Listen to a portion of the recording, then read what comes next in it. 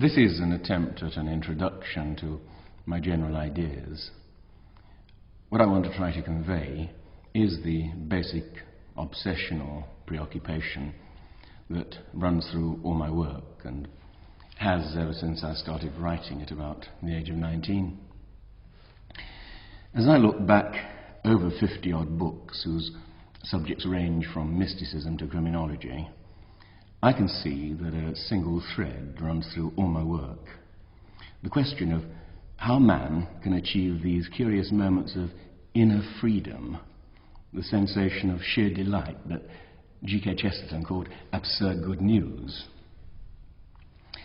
The poet Yeats described the sensation in a short poem. My 50th year had come and gone. I sat a solitary man in a crowded London shop, an open book and empty cup on the marble tabletop. While on the shop and street I gazed, my body of a sudden blazed, and 20 minutes more or less it seemed so great my happiness that I was blessed and could bless. Such sensations seem to occur when we relax below some threshold of tension that normally traps us in a more superficial consciousness. There's a sensation of freedom, of peace and serenity. In such moments, we also feel that our energies are more than adequate to meet any challenge, in sharp contrast to normal consciousness, which always seems to be in a hurry, and in which we have the vaguely uncomfortable sense that our energies are never quite adequate. The feeling of absurd good news is often contradicted by its opposite, what might be called absurd bad news, a feeling that we're helpless victims of forces far stronger than we are. In these moods, it seems that all our values are illusions created by the body, that are seen in a Farewell to Arms of Hemingway, where the hero is being prepared for an operation by a nurse with whom he's in love, and he asks her if she'll be on duty that night after the operation, and she says, "I probably will, but you won't want me." He says, "Yes, I will." "No, you won't. You've never been operated on. You don't know how you'll be." He says, "I'll be all right." But after the operation, he admits, "I was sick and Catherine was right. It didn't make any difference who was on night duty." When he looks at her before the operation, he can see that she's beautiful and desirable, ergo, he'll want to make love to her after the operation. He acknowledges that he may feel sick, but he's certain that he'll simply overrule his sickness. In the event, it overrules him.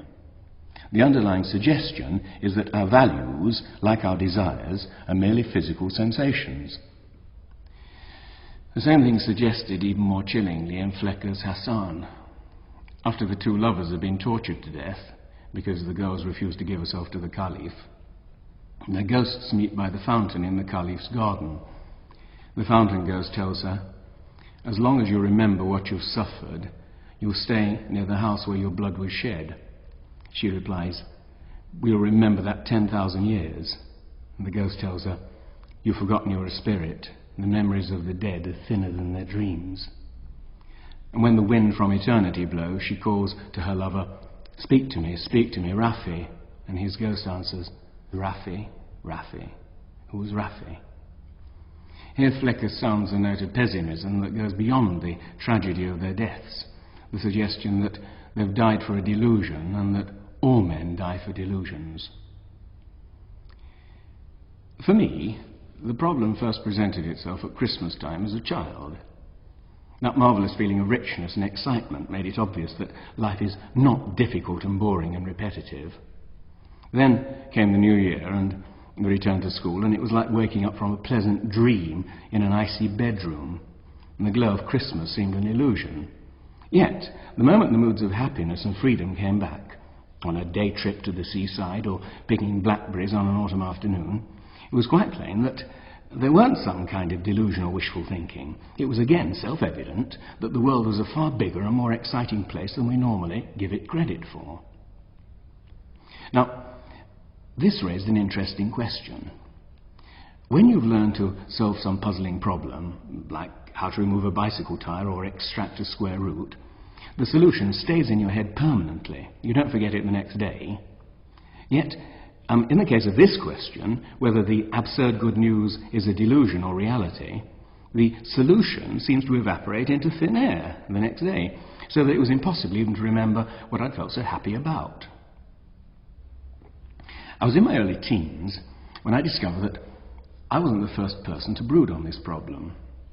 It had been encountered by whole generations of writers and artists of the 19th century, a movement we call Romanticism. The Romantics were always experiencing these strange moods of delight and relaxation in which they seemed to see the answer to all the problems of existence. And the next day the insight had vanished, leaving them miserable and fretful.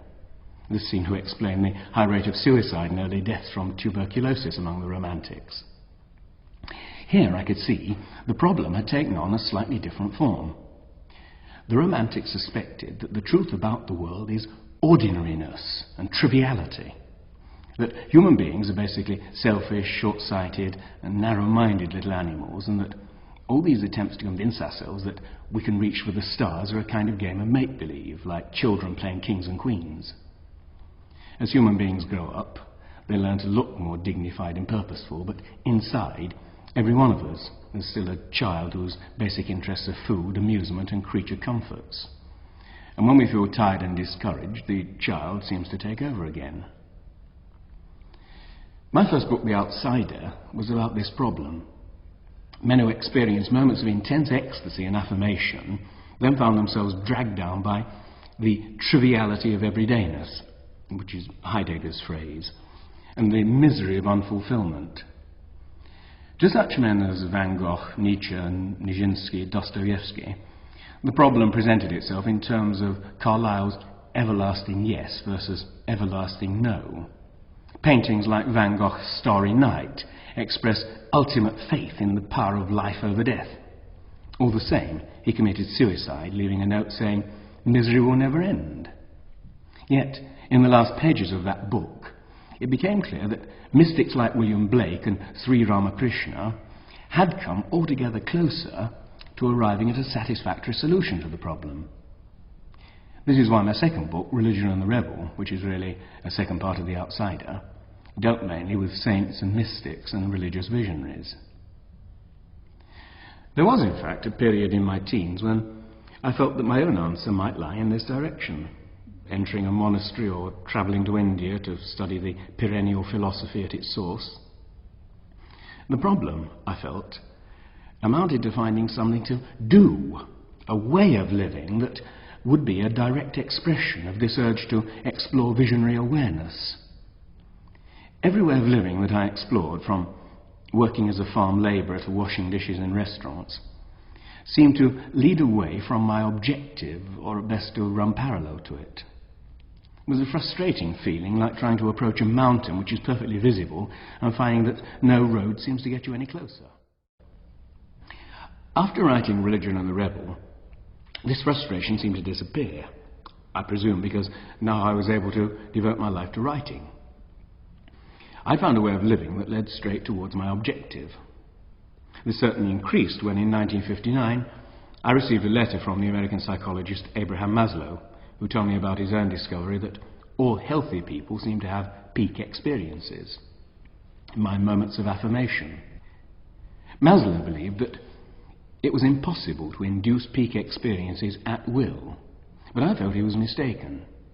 For example, Graham Greene had done precisely that by playing Russian roulette with a loaded revolver. He said he'd read my book, The Age of Defeat, and liked my idea that much of the gloom and defeat of 20th century literature is due to what I'd called the fallacy of insignificance.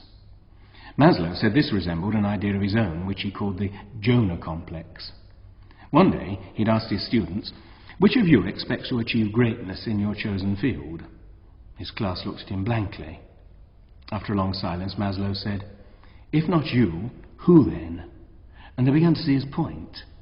This is the fallacy of insignificance, the certainty that you're unlucky and unimportant, the Jonah complex. The papers he enclosed looked highly technical. Their titles contained words like meta-motivation, synergy, eusychion. I glanced at them and pushed them aside. Some months later I came across them again, and this time my eye was caught by the term peak experience in one of the titles, and I started to read. It was immediately clear that I'd stumbled upon something important. Maslow explained that sometime in the late 30s he'd been struck by the thought that modern psychology is based on the study of sick people. But since there are more healthy people around than sick people, how can this psychology give a fair idea of the workings of the human mind? It struck him that it might be worthwhile to devote some of the time to the study of healthy people. Maslow writes, "When I started to explore the psychology of health, I picked out the finest, healthiest people, the best specimens of mankind that I could find, and studied them to see what they were like. They were very different, in some ways startlingly different from the average. I learned many lessons from these people, but one in particular is our concern now. I found that these individuals tended to report having had something like mystic experiences, moments of great awe, moments of the most intense happiness or even rapture, ecstasy or bliss. These moments were of pure positive happiness, when all doubts, all fears, all inhibitions, all tensions, all weaknesses were left behind. Now self-consciousness was lost. All separateness and distance from the world disappeared, and they felt one with the world, fused with it, really belonging to it, instead of being outside looking in. One subject said, for instance, 'I felt like a member of a family, not like an orphan.' Perhaps most important of all, however, was the report in these experiences of the feeling that they'd really seen the ultimate truth, the essence of things, the secret of life, as if veils had been pulled aside. Alan Watts has described this feeling as, 'This is it,' as if you'd finally got there, as if ordinary life was a striving and a straining to get someplace, and this was the arrival, this was being there. Everyone knows how it feels to want something and not to know what. These mystic experiences feel like the ultimate satisfaction of vague, unsatisfied yearnings. But here, I'd already learned something new. The little that I'd ever read about mystic experiences tied them in with religion, with visions of the supernatural, and like most scientists, I'd sniffed at them in disbelief and considered it all nonsense, maybe hallucinations, maybe hysteria, almost surely pathological. But the people telling me about these experiences were not such people. They were the healthiest people. And I may add that it taught me something about the limitations of the small orthodox scientists who won't recognize as knowledge or as reality any information that doesn't already fit into the existent science. Now, these experiences are not religious in the ordinary sense. They're natural and can be studied naturally. They're not ineffable in the sense of being incommunicable by language. Maslow also came to believe that they're far commoner than one might expect, and that many people tend to suppress them, to ignore them, and certain people actually seem afraid of them, as if they were somehow feminine, illogical, dangerous. Maslow says one sees such attitudes more often in engineers, in mathematicians, in analytic philosophers, in bookkeepers and accountants, and generally in obsessional people. The peak experience tends to be a kind of bubbling over of sheer delight, a moment of pure happiness. For instance, a young mother scurrying around her kitchen and getting breakfast for her husband and young children, and the sun was streaming in, the children, clean and nicely dressed, were chattering as they ate. The husband was casually playing with the children, and as she looked at them, she was suddenly so overwhelmed with their beauty and her great love for them, and her feeling of good fortune, that she went into the peak experience. A young man, working his way through medical school by drumming in a jazz band, reported many years later that in all his drumming he had 3 peaks when suddenly he felt like a great drummer and the performance was perfect. A hostess, after giving a dinner party where everything had gone perfectly and it had been a fine evening, said goodbye to her last guest, sat down in a chair, looked around at the mess, and went into a peak of great happiness and exhilaration. Maslow described another typical peak experience to me later when I met him at his home in Waltham, Massachusetts. A Marine had been stationed in the Pacific and hadn't seen a woman for a couple of years. When he came back to the base camp, he saw a nurse, and it suddenly struck him with a kind of shock that women are different to men. The Marine had said to Maslow, "We take them for granted as if they were another kind of man, but they're quite different with their soft curves and gentle natures," and he was suddenly flooded with a peak experience. Observe that in most peak experiences, The person suddenly becomes aware of something that he'd known about previously, but been inclined to take for granted, to discount. And this matter had always been one of my own central preoccupations. My religion and the Rebel had been largely a study in the experiences of mystics, and in its autobiographical preface I'd written about a boring office job. As soon as I grew used to it, I began to work automatically. I fought hard against this process. I'd spend the evening reading poetry or writing, and were determined that with sufficient mental effort I could stop myself from getting bored and indifferent at work the next day. But the moment I stepped through the office door in the morning, the familiar smell and appearance would switch on the automatic pilot which controlled my actions. I was clearly aware that the problem was automatism. And in a paper I later wrote for a symposium of existential psychology, I elaborated this theory of the automatic pilot, speaking about it as the robot. I wrote, "I'm writing this on an electric typewriter. When I learned to type, I had to do it painfully and with much nervous wear and tear. But at a certain age, a miracle occurred, and this complicated operation was learned by a useful robot whom I conceal in my subconscious mind. Now, I only have to think about what I want to say, and my robot secretary does the typing. He's really very useful. He also drives the car for me, speaks French, not very well, and occasionally gives lectures at American universities. He has one enormous disadvantage. If I discover a new symphony that moves me deeply, or a poem or a painting, this bloody robot promptly insists on getting in on the act. And when I listen to the symphony for the third time, he begins to anticipate every note. He begins to listen to it automatically, and I lose all the pleasure. It's most annoying when I'm tired, because then he tends to take over most of my function without even asking me. I've even caught him making love to my wife.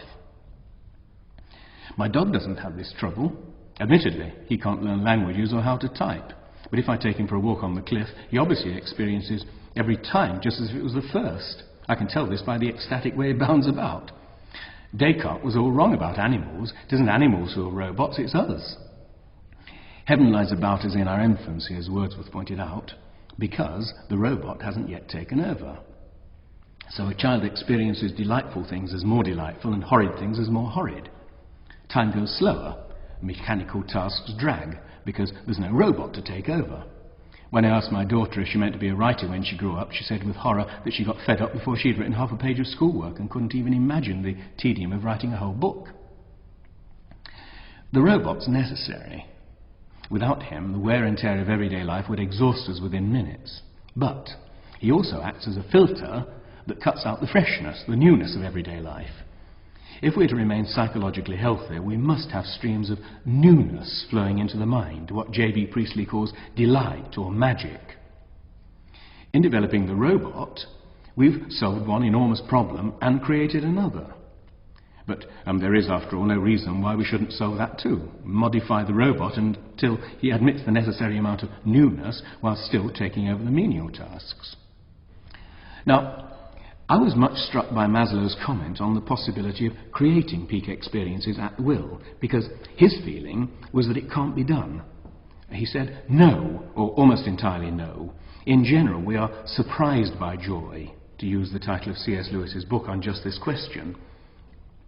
Peaks come unexpectedly, you can't count on them, and hunting them is like hunting happiness. It's best not done directly. It comes as a byproduct, an epiphenomenon, for instance, of doing a fine job or a worthy task that you can identify with. Well, it seemed to me that this is only partly true, and I'll try to explain this briefly. Novelists have got to be psychologists, and I think of myself as belonging to the school known as the phenomenological movement. The philosopher Edmund Husserl noted that all psychological acts are intentional. Note what happens when you're about to tickle a child. The child begins to squirm and laugh before your hands have actually reached him. On the other hand, why doesn't it tickle when you tickle yourself? Obviously, because you know it's you. The tickling is not something physical that happens when your hands encounter flesh and make tickling motions. It seems to be 99% psychological. When the child screams with laughter, he's tickling himself, just as he might frighten himself by imagining ghosts in the dark. So the paradoxical truth is that when someone tickles you, you tickle yourself. And when you tickle yourself, you don't tickle yourself, which is why it doesn't tickle. So being tickled is a mental act, an intention. and so are all perceptions. I look at something as I might fire a gun at it. If I glance at my watch while I'm in conversation, I see the time, yet I don't notice what time it is. And as well as merely seeing, I have to make a mental act of grasping. Now, the world is full of all kinds of things that I can't afford to grasp or notice. If I'm absorbed in a book, I grasp its content, my mind explores it, as though my thoughts were fine, thin tentacles reaching every corner of the book. But when I put the book back on the shelf, it's standing among dozens of other books, which I've also explored at some time in the past. As I look at all these books, I can't simultaneously grasp them all. From being intimate friends, they become mere nodding acquaintances. Perhaps one or two, which I'm very fond, mean more to me than others, but of necessity that's got to be very few. Consider Maslow's young mother getting the breakfast. She loves her husband and children, but all the same she's directing the beam of interest at making the coffee, buttering the toast, watching the eggs in the frying pan. So she's treating her husband and children as if they were a row of books on a shelf. Still, her energies are high. She's looking forward to an interesting day. Then something triggers a new level of response. Perhaps it's a beam of sunlight streaming in through the window, which seems to shake her by the arm and say, "Look, isn't it all wonderful?" And she suddenly looks at her husband and her children as she'd look at the clock to find out the time. She becomes self-conscious of the situation, using her beam of interest to scan it, instead of to watch the coffee. And having put twice as much energy into her scanning, she experiences newness. The mental act of looking at her family and thinking, "I'm lucky," is like an athlete gathering himself for a long jump, somehow concentrating his energies. Think what happens if somebody returns a book that he borrowed from me a long time ago. I look at the book with a kind of delight, as though it were a returned prodigal. Perhaps I open it and read a chapter. Yet, if the book had stayed on my shelf for 6 months, I might not have even bothered to glance at it. The return of the books made me focus my beam of interest, like an athlete gathering for a leap. When something occupies my full attention, it's very real to me. When I put the book back on the shelf, I've unrealized it to some extent. I've pushed it back into a more abstract level of reality. But I have the power to realize it again. Consider the mental act I make when I feel glad to see the book back. I reach out my invisible mental tentacles to it as I might reach out my hand to a friend I'm delighted to see. And I focus my beam of interest with a kind of intensity, the kind of intentness with which a sapper defuses an unexploded bomb.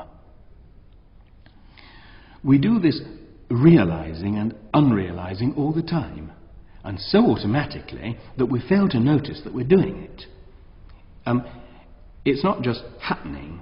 Like the athlete gathering himself to leap, it is a deliberate compression of the mental muscles. All this suggests to me that Maslow's mistaken to believe that peak experiences have to come without being sought. A little phenomenological analysis, like the kind we've conducted here, reveals that peak experiences have a structure that can be duplicated. The peak experience is the culmination of a series of mental acts, each of which can be clearly defined. The first precondition is energy, because the peak experience is essentially an overflowing of energy. This doesn't mean ordinary physical energy. Maslow points out that sick people can have peak experiences just as easily as healthy ones if the conditions are right. If you say to a child, "I'll take you to the pantomime tonight if you'll tidy your bedroom," he immediately seethes with bustling energy. The normally boring act of tidying a room is performed with enthusiasm, and this is because he, figuratively, takes a deep breath. He's so determined that the tidying shall be satisfactory that he is prepared to devote attention to every square inch of the floor. And the mental act that lies behind this is a certain concentration and a summoning of energy, like calling all hands on deck. If I'm asked to do a job that bores me, I summon only a small quantity of energy, and if the job's complicated, I skimp it. If I'm determined to do it thoroughly, I place the whole of my interior army and navy on call. And in this state, vigilance, alertness, preparedness, this is the basis of the peak experience. Now, healthy people, like Maslow's housewife, are people with a high level of preparedness. This can be expressed in a simple image. My surplus energy is stored in my subconscious mind in the realm of the robot. It's like money that's been invested in stocks and shares. Nearer the surface of everyday consciousness, there are surplus energy tanks, energy which is ready for use, like money in my personal account at the bank. When I anticipate some emergency or some delightful event like a holiday, which I shall need energy to enjoy to the full, I transfer large quantities of ready energy up to these surface tanks, just as I might draw a large sum out of the bank before I go on holiday. Peakers are people with large quantities of energy in the ready energy tanks. Bored or miserable people are people who only keep small amounts of energy for immediate use. But it must be borne in mind that both types of people have large amounts of energy available in their deep storage tanks in the realm of the robot. It's merely a matter of transferring it to your current account. In a paper called The Need to Know and the Fear of Knowing, Maslow describes one of his crucial cases. This is what he says. Around 1938, a college girl patient presented herself complaining vaguely of insomnia, lack of appetite, disturbed menstruation, sexual frigidity, and a general malaise, which soon turned into a complaint of boredom with life and an inability to enjoy anything at all. Life seemed meaningless to her. Her symptoms closely paralleled those described by Abraham Myerson in his book When Life Loses Its Zest. As she went on talking, she seemed puzzled. She had graduated about a year before, and by a fantastic stroke of luck, and this was the Depression, remember, she'd immediately got a job. And what a job! $50 a week. She was taking care of a whole unemployed family with the money and was the envy of all her friends. But what was the job? She worked as a sub-personnel manager in a chewing gum factory. And after some hours of talking, it became more and more clear that she felt she was wasting her life. She'd been a brilliant student of psychology, was very happy and successful in college, but her family's financial situation made it impossible for her to go on into graduate studies. She was greatly drawn to intellectual work, not altogether consciously at first, because she felt she ought to feel fortunate with her job and the money it brought her. Half-consciously then, she saw a whole lifetime of greyness stretching out ahead of her. I suggested that she might be feeling profoundly frustrated and angry simply because she wasn't being her own very intelligent self, that she wasn't using her intelligence and talent for psychology, and that this might well be the major reason for her boredom with life and her body's boredom with the normal processes of pleasure. Any talent, any capacity, I thought, was also a motivation, a need, an impulse. With this she agreed, and I suggested she could continue her graduate studies at night after work. In brief, she was able to arrange this, and it worked well. She became more alive, more happy, more zestful. Most of her physical symptoms had disappeared at my last contact with her. It's significant that Maslow, although trained as a Freudian, didn't try to get back into the subject's childhood and find out whether she'd experienced penis envy of her brothers or desire to murder her mother and marry her father.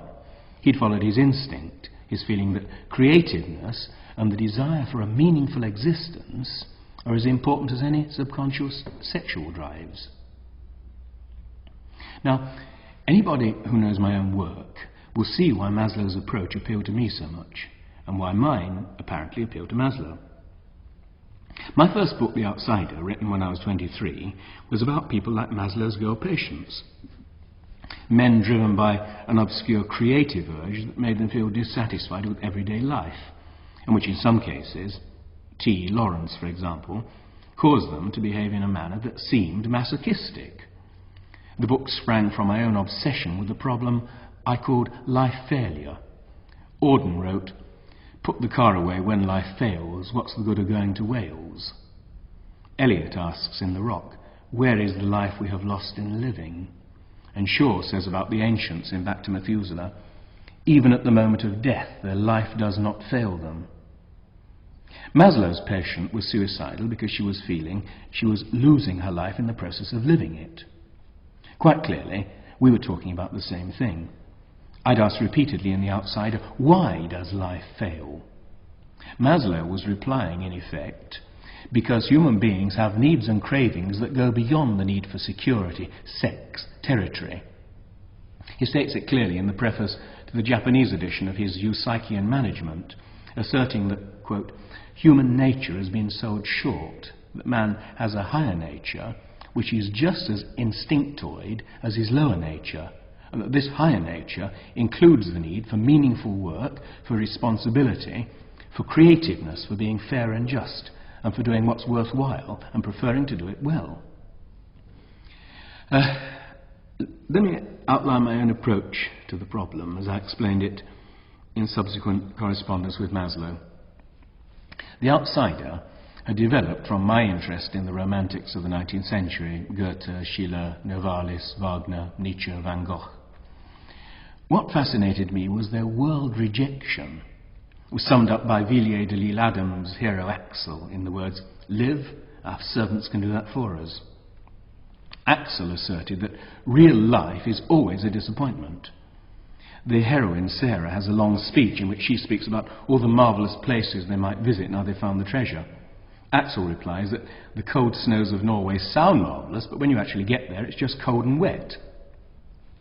L.H. Myers had made the same point with fine precision in a novel called The Near and the Far, where the young Prince Jarley stares at a splendid sunset over the desert and reflects that there are two deserts, one that's a glory to the eye and the other that's a weariness to the feet. And if you tried rushing towards that sunset, you'd only get your shoes full of sand. It seems impossible to grasp that promise of the horizon. And it was this feeling of despair about the near and the far, the feeling that they can never be reconciled, that led to so many early deaths among the romantics: suicide, insanity, tuberculosis. Obermann, in Senancour's novel of that name, says that the rain depresses him, yet when the sun comes out it strikes him as useless. That's life failure. But man's achievement is to have created a world of the mind, of the intellect and imagination, which is as real in its way as any actual country on the map. Sir Karl Popper, in one of his most important papers, calls it the third world, or world 3. The first world is the objective world of things. The second world is my inner, subjective world. But, says Popper, there's a third world, the world of objective contents of thoughts. If some catastrophe destroyed all the machines and tools on this earth, but not the libraries, a new generation would slowly rebuild civilization. If the libraries were all destroyed too, there could be no re-emergence of civilization, for all our carefully stored knowledge would have gone, and man would have to start regaining it from scratch.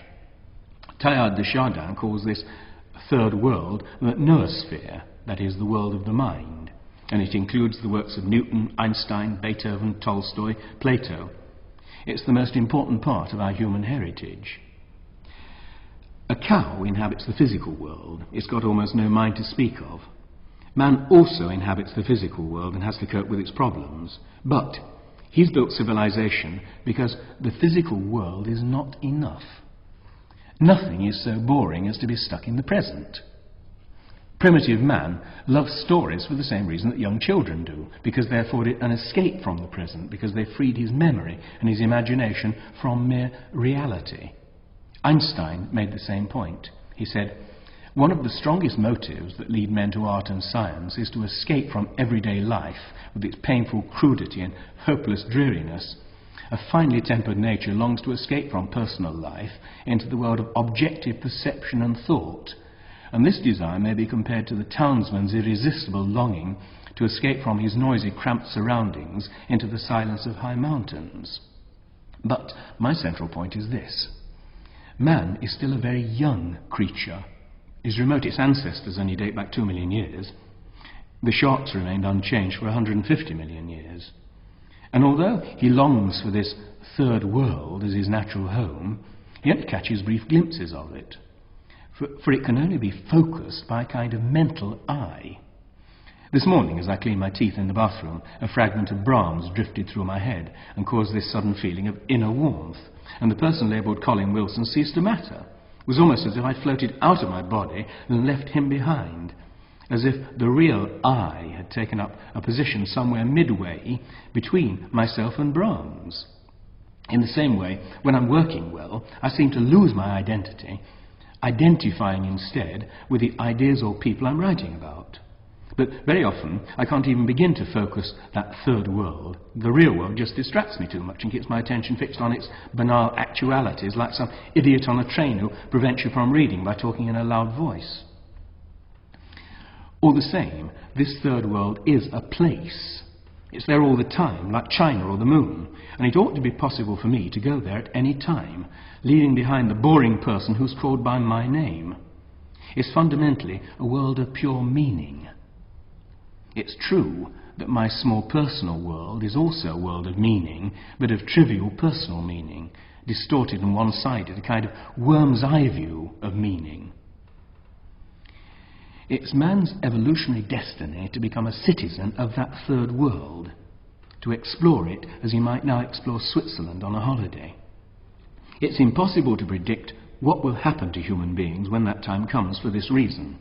Meaning stimulates the will, fills one with a desire to reach out to new horizons. When a man in love sees the girl approaching, his heart leaps.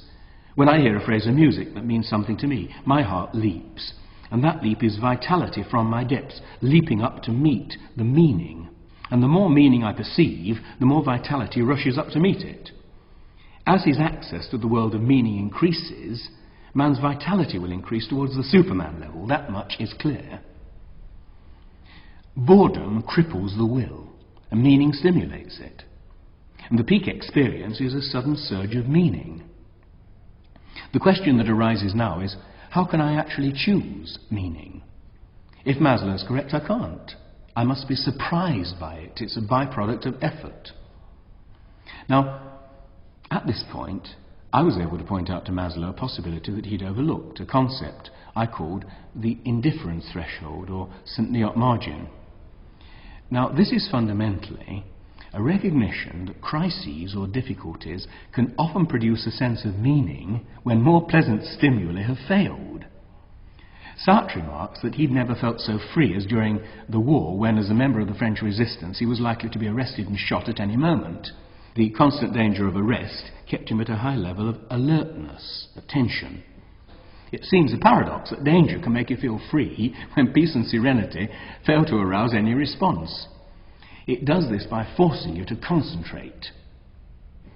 Maslow's girl patient became so bored with her job in the chewing gum factory that she allowed the focusing muscle to go permanently flaccid. If you allow the will to remain passive for long periods, it has the same effect as leaving your car in the garage for the winter. The batteries go flat. And when the batteries go flat, life fails. These focusing muscles must be used if we're to stay healthy, for they're the means by which the mind focuses on values, just as the eye muscles enable the eye to focus on distant objects. If we fail to use them for long periods, the result's a kind of mental short-sightedness, a gradual loss of the feeling of the reality of values, of meaning. This explains what happens if you watch television for too long, or you read a very long book on a winter day until your eyes are aching.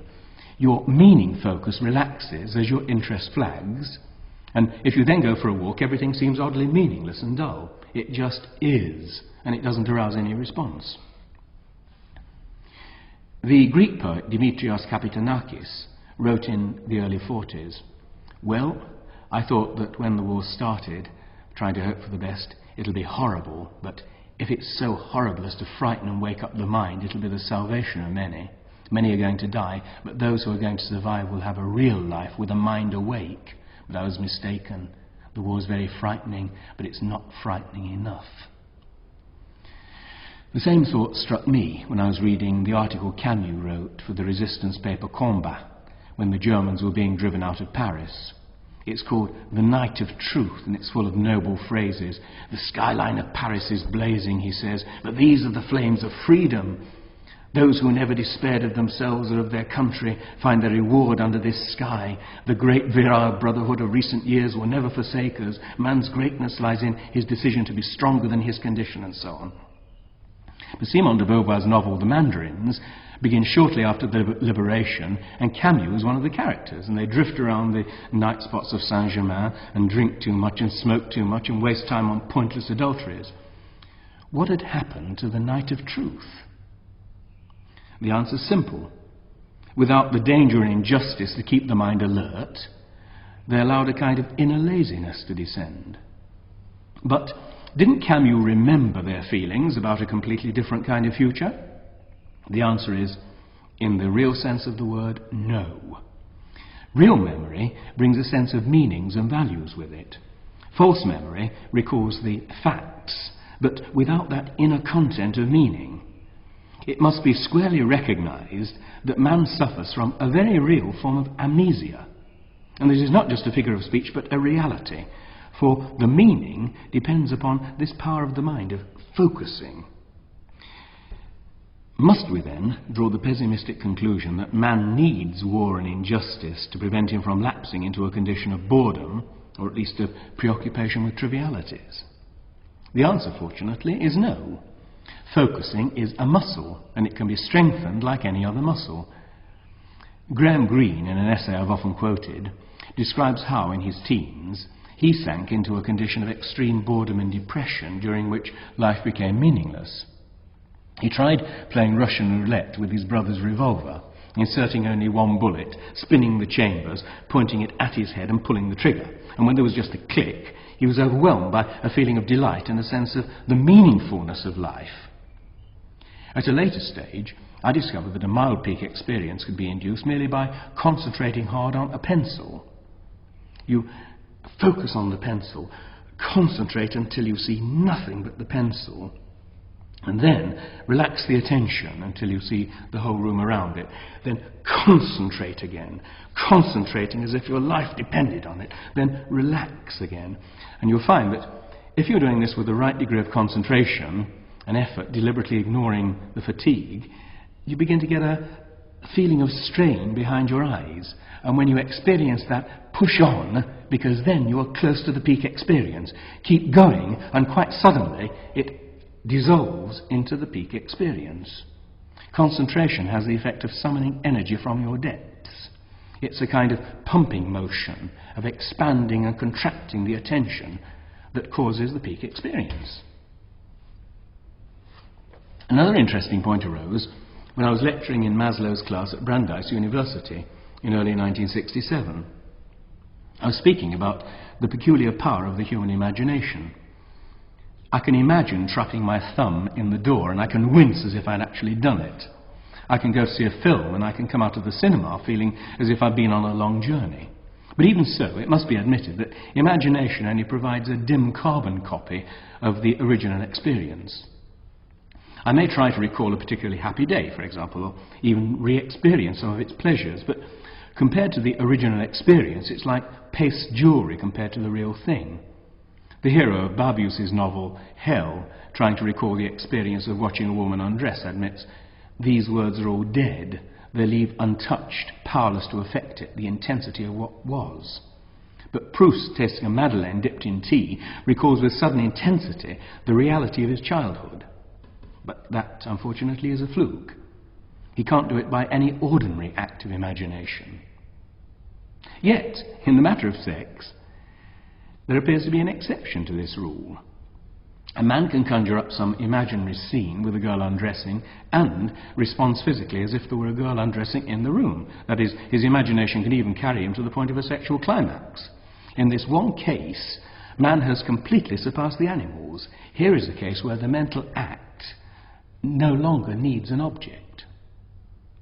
Well, at this point, Maslow interrupted me to point out that this is not quite true. Monkeys often masturbate. I asked him if he'd ever seen a monkey masturbating in total isolation, without the stimulus of a female monkey anywhere in the vicinity. He thought for a moment, then said he hadn't. Even if he had, it wouldn't basically have affected my point. If monkeys can do problems for fun, as Maslow said they could, perhaps they have more imagination than we give them credit for. But the interesting point is that in the matter of sex, man can achieve repeatedly what Proust achieved momentarily tasting the madeleine. A physical response as if to reality. Absurd as it sounds, masturbation is one of the highest faculties mankind has yet achieved. But its importance is in what it presages, that one day the imagination will be able to achieve this result in all fields. If all perception is intentional, due to a kind of reaching out, of focusing on the part of the perceiver, then it ought to be possible to reconstruct any reality by making the necessary effort of focusing. We've only been kept from this recognition by the old false theory of passive perception. Anyone who did chemistry at school will recall what happens if you mix sulfur and iron filings and then heat them in a crucible. A small area of the sulfur melts and fuses with the iron, and at that point you can remove the flame of the Bunsen burner and the reaction will continue of its own accord. The glow slowly spreads throughout the mixture until the whole crucible is red hot, and the end result is a chunk of iron sulfide. The same process goes on in the mind when we become deeply interested in anything. The warm glow produced by favourite poetry or music is often the beginning of this fusing process. We're all familiar with the process of a wider glimpse of meaning leading to the revitalising of the will. This, in fact, is why people need holidays. As life drags on repetitively, they get tired and stop making effort. It's the will that gets run down. The holiday reminds them of wider meanings, reminds them of a universe that's a vast spiderweb of meaning stretching infinitely in all directions, and quite suddenly they're enjoying everything more: eating, reading, walking, listening to music, having a beer before dinner. The meaning sharpens the appetite for life, that is, the will to live. It's our misfortune that we're not equally familiar with the reverse process, that a deliberate increase in willed concentration can also start that fusion process working. This is in fact common sense. The deeper my sense of the meaningfulness of the world, the fiercer and more persistent my will. And increased efforts of will lead in turn to increased sense of meaning. It's a chain reaction. So's the reverse, when discouragement leads me to stop willing, and the passivity leads to a narrowed sense of meaning and a gradual loss of meaning leading to further relaxation of the will. The result's a kind of down staircase of apathy. On the other hand, any intense glimpse of meaning can cause a transfer to the up staircase. This is most strikingly illustrated in an experiment that Maslow's colleague, Dr. Hoffer, carried out with alcoholics. Hoffer reasoned that alcoholics may be people of more than average intelligence and sensitivity, and because of this they find that life's too much for them and they drink because at first it produces peak experiences. But as often as not it doesn't.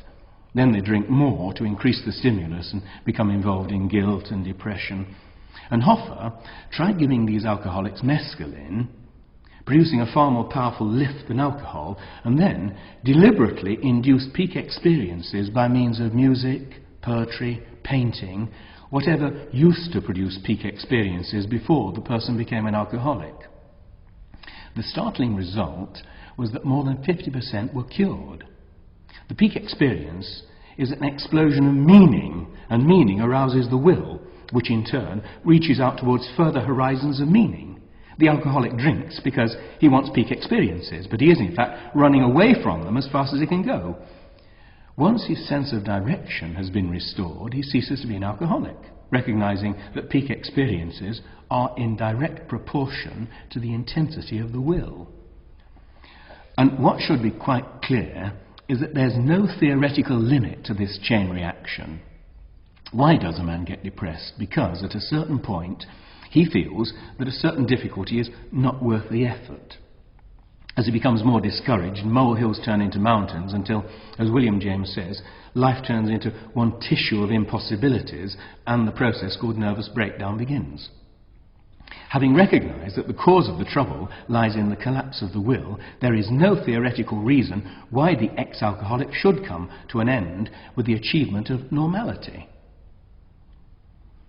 There is, of course, a practical reason. The will needs a purpose. Why do we feel so cheerful when we're packing for a holiday, looking at maps, working out what to pack?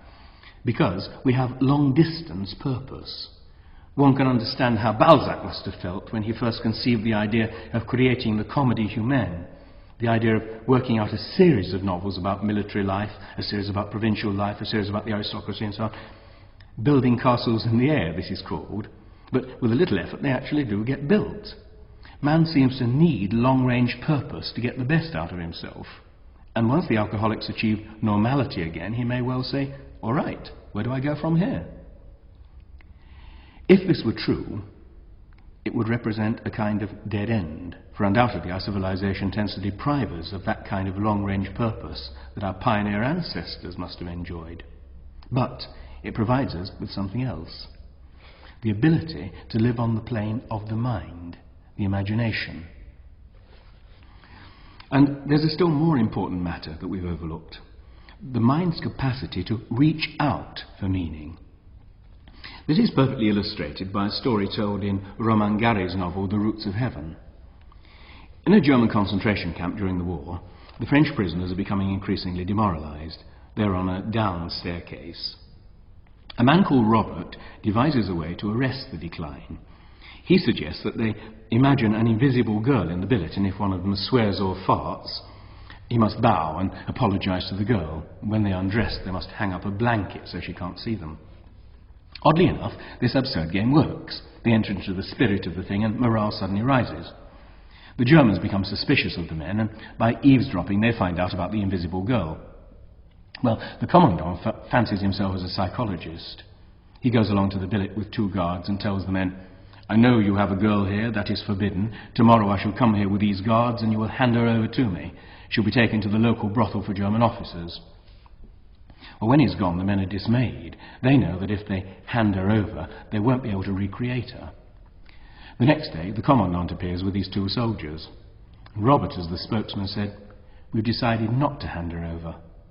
And the commandant knows he's beaten. Nothing he can do can force them to hand her over.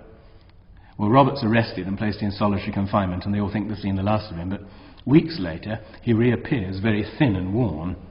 He explains that he's found the way to resist solitary confinement. The game with the invisible girl has taught him that the imagination is the power to reach out to other realities, realities not physically present. He's kept himself from breakdown by imagining great herds of elephants trampling over endless plains. The irony in the novel is that it's Robert who later becomes a hunter of elephants, but that's beside the point.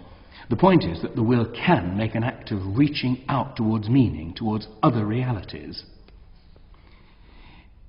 In phenomenological terms, what actually happened when the prisoners began apologizing to the imaginary girl? First of all, they threw off their apathy and entered into a communal game. It was like a coatload of football fans whiling away a tedious journey with community singing. But having raised their spirits by entering into the game, they also reminded themselves of circumstances in which they'd normally be at their best. Gorky's story, 26 Men and a Girl, may be regarded as a parable about the same thing. The 26 overworked bakers keep up their spirits by idealizing the girl, treating her as a kind of goddess, and thereby reminding themselves of the response appropriate to a goddess. And this leads naturally to a concept that's become the core of my own existential psychology, the self-image. A man couldn't climb a vertical cliff without cutting handholds in the rock. Similarly, I can't achieve a state of intenser consciousness merely by wanting to. At least it's extremely difficult without training. We tend to climb towards higher states of self-awareness by a series of self-images. We create a certain imaginary image of the sort of person we'd like to be, and then try to live up to that image. The great man is the play actor of his own ideal, says Nietzsche. One of the clearest expositions of the self-image idea can be found in a story called The Looking Glass by the Brazilian novelist Machado de Assis. A young man who's lived all his life in a small village in Brazil is called up for military service. In due course he becomes a lieutenant. When he returns home in his uniform, he's the envy of the village, and his mother calls him my lieutenant. And one of his aunts is particularly delighted with him, and she invites him to her remote farm and insists on addressing him as Senior Lieutenant. A brother-in-law and all the slaves follow suit. At first the youth's rather embarrassed. He doesn't feel like a lieutenant, but gradually he gets used to the idea. He says, the petting, the attention, the deference produced a transformation in me. He begins to feel like a lieutenant.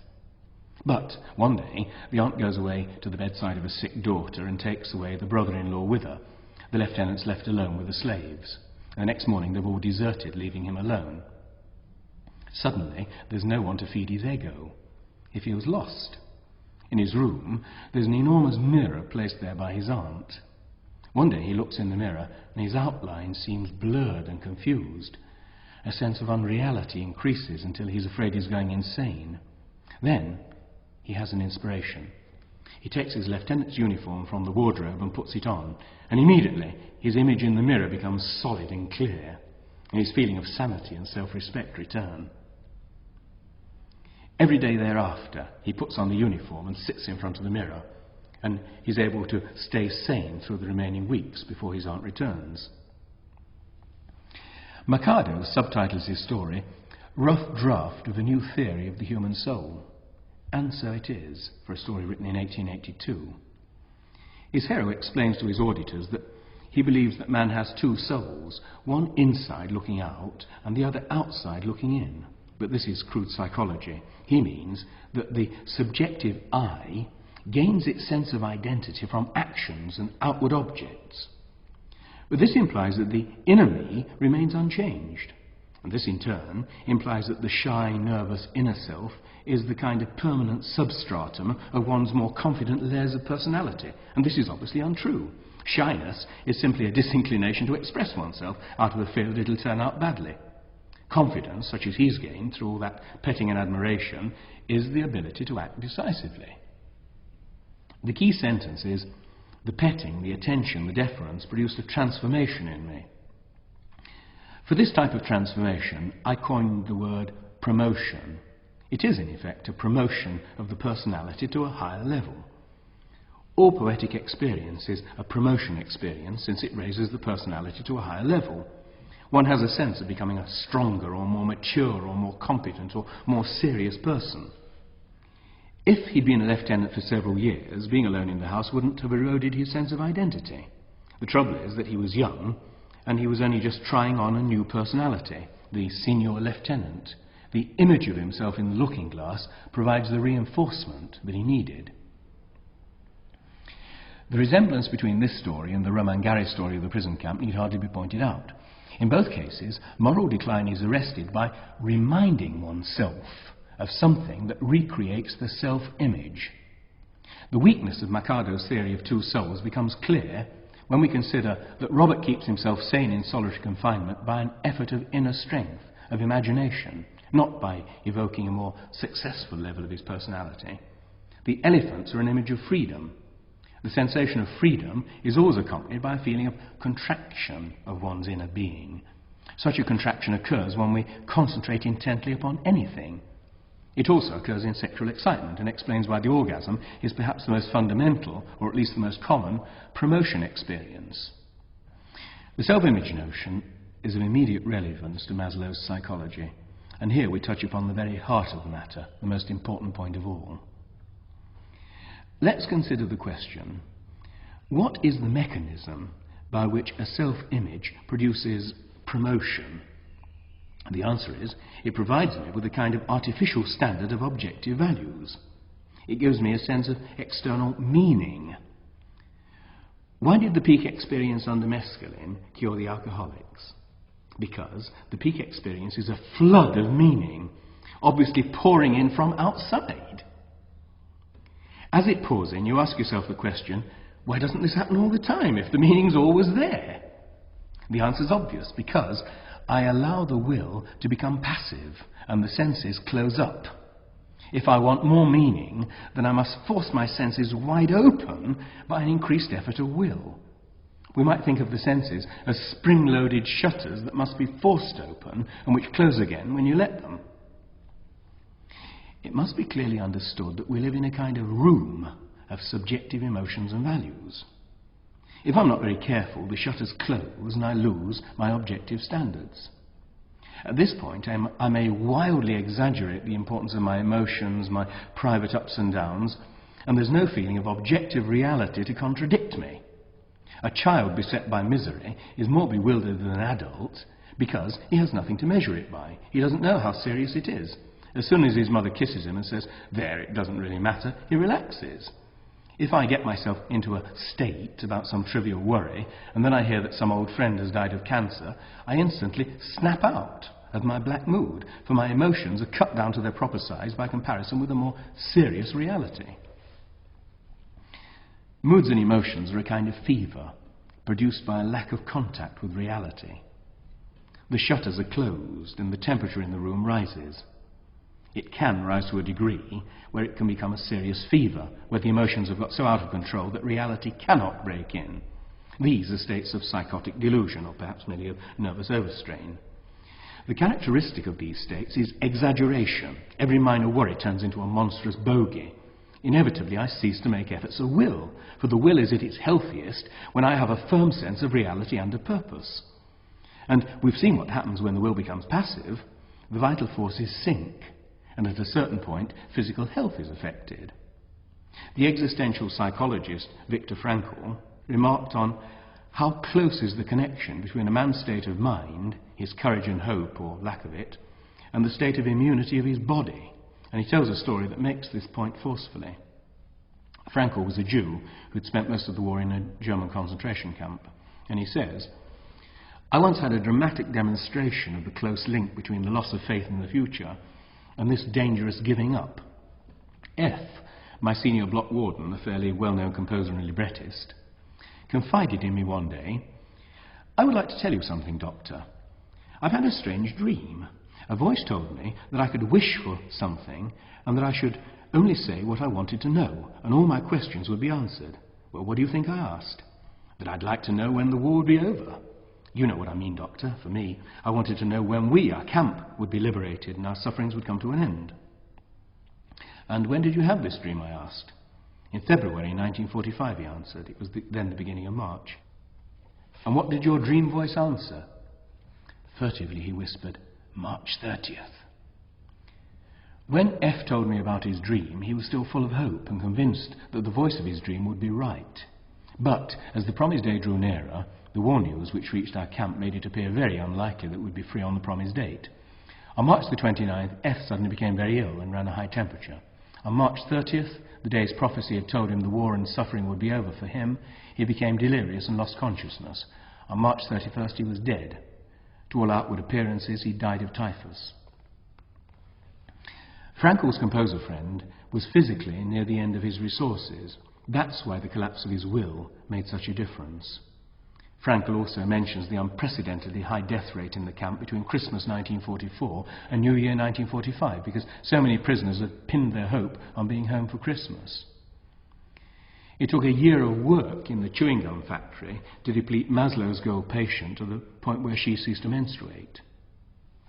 Normally healthy people possess a kind of cushion of energy to absorb shocks and disappointments. And this cushion is identical to the surplus energy tanks of which we've spoken. It is maintained by willpower fired by a sense of meaning. We are only aware of this direct action of the will upon the body in physical extremes. For example, if I'm feeling sick, I can disperse this sickness by snapping out of my feeling of nausea and summoning subconscious forces of health. If we were more clearly aware of this connection between positive consciousness and physical health, we treat mental passivity as a form of illness. Another anecdote of Frankl's from the same book may be said to provide the foundation of an attitude psychology closely related to Maslow's. The prisoners were transferred from Auschwitz to Dachau. The journey took 2 days and 3 nights, during which time they were packed so tight that few of them could sit down and they were half starved. At Dachau, they had to stand in line all night and throughout the next morning in freezing rain as a punishment because one man had fallen asleep and missed the roll call. Yet, they were all immensely happy and laughing and making jokes because Dachau had no incinerator chimney. To summarize, man evolves through a sense of external meaning. When his sense of meaning is strong, he maintains a high level of will drive and of general health. Without this sense of external meaning, he becomes the victim of subjective emotions, a kind of dream that tends to degenerate into nightmare. His uncontrolled fantasies and worries turn into an octopus that strangles him. Man's evolved various ways of preventing this from happening. The most important of these is religion. This tells a man that certain objective standards are permanently true and that his own nature is weak and sinful. The chief trouble with authoritarian religion is that it works best for intellectually uncomplicated people and fails to carry much conviction for the highly sophisticated and neurotic, who are the very ones who need it most. In certain respects, art succeeds where religion fails. A great symphony or poem is an active reminder of the reality of meaning. It provides a stimulus like an electric shock, reanimating the will and the appetite for life. Its disadvantage is that we all assume that art is subjective by nature, and that it tells us about the emotions of the artist, not about the objective world. And so, when life fails, the effectiveness of art diminishes.